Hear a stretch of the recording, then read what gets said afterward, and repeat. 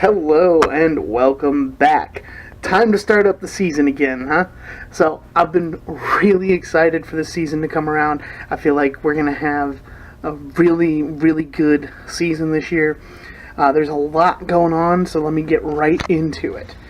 We've got to start Thursday, number 21 UCF at UConn. I got UCF winning this one. I feel like they're going to come back decently strong this year. Probably not another undefeated season, but I feel like UConn's not going to be much of a challenge for them.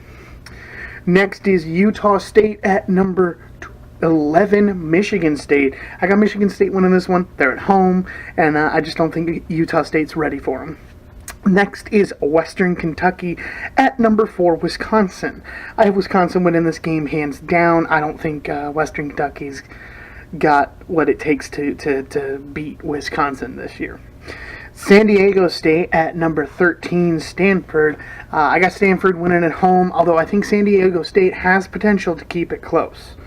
Next is Appalachian State at number 10, Penn State. I got Penn State winning this game. I feel like Penn State has a really solid chance at running the table this year, but they also could not. This game, though, I think they start out on the wrong foot. Next one is going to be a bit of a, you could say classic. I don't want to go with classic. I want to go with one of the more interesting games this opening weekend. Number 14, Michigan at number 12, Notre Dame. It's a classic rivalry, it is. I kind of give the edge to Notre Dame in this one. Being at home and coming off last season with a lot of returning starters, I feel like Notre Dame has a really good position on this game. Next is Bowling Green at number 24, Oregon. I got Oregon winning this game, starting off the season on the right foot here, beating Bowling Green. Oregon State at number 5, Ohio State. I got Ohio State winning this one. I don't think Oregon State's gonna be able to get their feet under them this year. Next is Florida Atlantic at number 7, Oklahoma. Now, Florida Atlantic had a great season last year, won their conference and their bowl game, and is looking to probably repeat again. But they're going to lose their opener to Oklahoma. It's at Oklahoma. I just don't feel them winning that one. Next is Southern at number 16, TCU. This is the first of a few games in this list that are kind of bugging me, but I'm going to go ahead and do this. I got TCU. It's hands down. I mean, Southern isn't even a Division I school. Next is number 23, Texas at Maryland.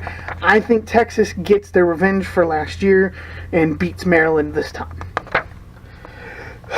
Next is another one of the games I'll get into at the end. Furman at number 2, Clemson.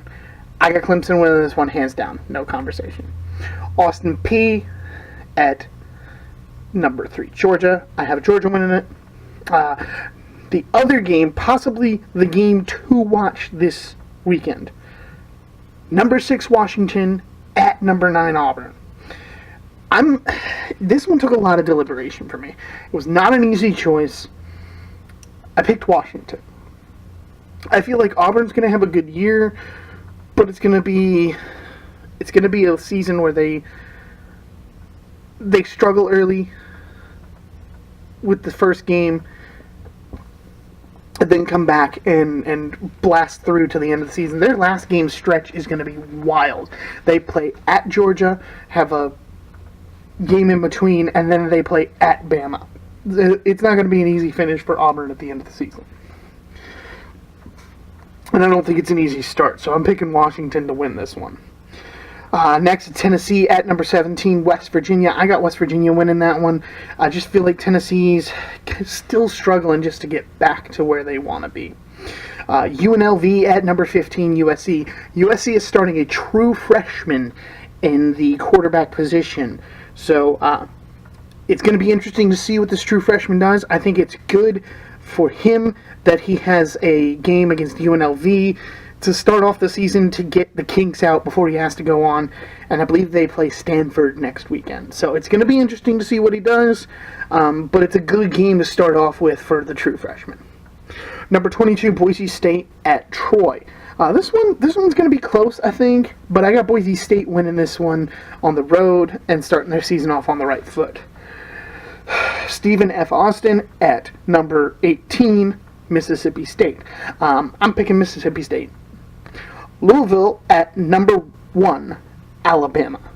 I got to pick Bama. I mean, I feel like last year this would have been a cool game to watch, and I feel if Lamar Jackson were still at Louisville, it would be a fun game to watch. But he is not, and I don't know how Louisville is going to stack up.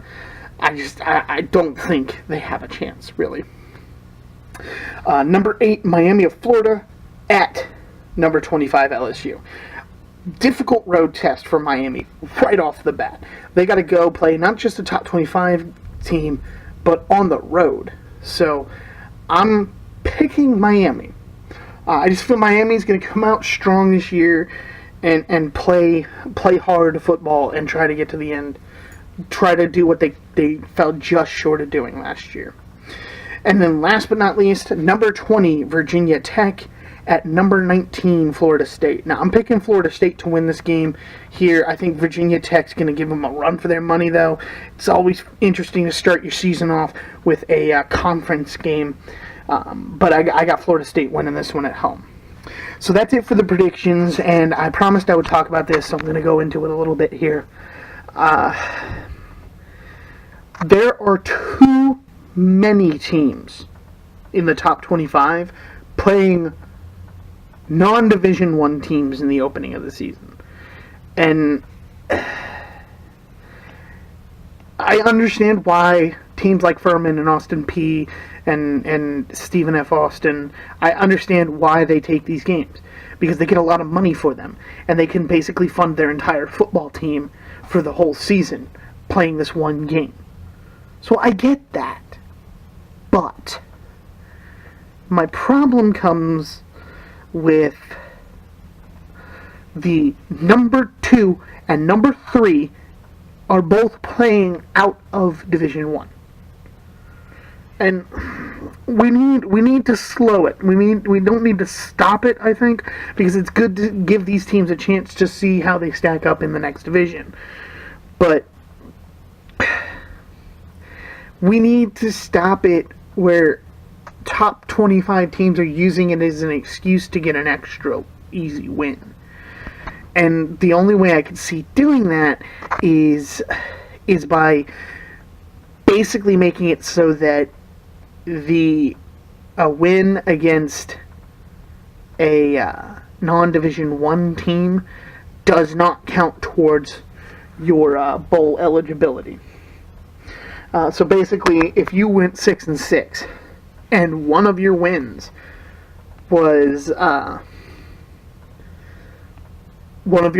against a non-Division 1 team, Division 2 or lower or whatever, then I feel like you should be considered 5-6, and you could play in a bowl game, but it would have to be by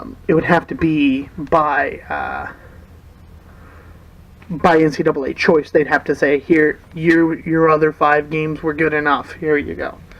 I feel like that would slow down the amount of these games, because it's getting ridiculous. I mean, I was going through the list, even outside of the top 25, almost every single team in the SEC is playing a non-Division 1 team. There are a few that aren't, but like Mississippi State, Georgia, Texas A&M is, and a few others are playing outside of Division 1.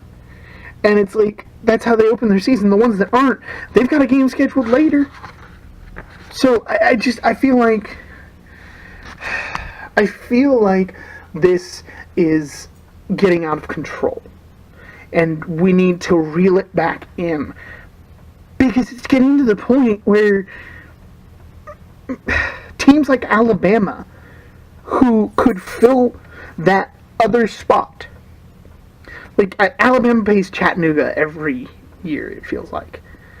And if they were to take Chattanooga off their list and play someone like Syracuse, still almost a guaranteed win for Alabama.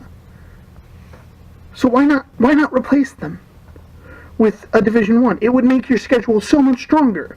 I don't know.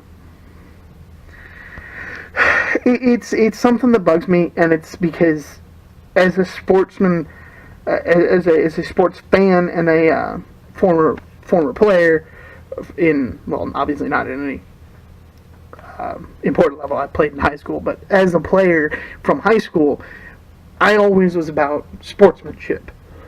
And it feels like poor sportsmanship to schedule a game with someone you know you're going to beat 60 plus to practically nothing. So it just feels dumb. And I know why they aren't replacing them. Because Alabama would have to play their starters against Syracuse. They couldn't play their second string. They can play their second string against Chattanooga for most of the game, if not all of the game.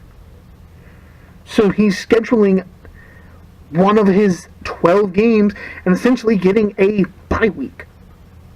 But it's better than a bye week because you stay warmed up. So I don't know. It's something that bugs me, but like, I'm not in a position personally to change it. I just feel like the NCAA needs to take a hard look at it and figure out something to do because it's out of control. Well, anyway, thank you guys for tuning in. I hope you liked the video. If you do, don't forget to hit that like and subscribe button. I will be back after the weekend for the Week 1 recap, and it feels great to be back, guys. Also, side note, I'm sorry that the video over the summer didn't work out this summer. Lots of things came up. As you can tell, I changed the scenery. I'm still living in the same place, but had to move the computer out of the room it was in because I ran out of room. So getting everything set up and with work, it fell to the wayside. I didn't have time for it. But I will be here all season long. And like I said, thank you guys for tuning in. Don't forget to hit that like and subscribe button. And I'll see you guys after the weekend.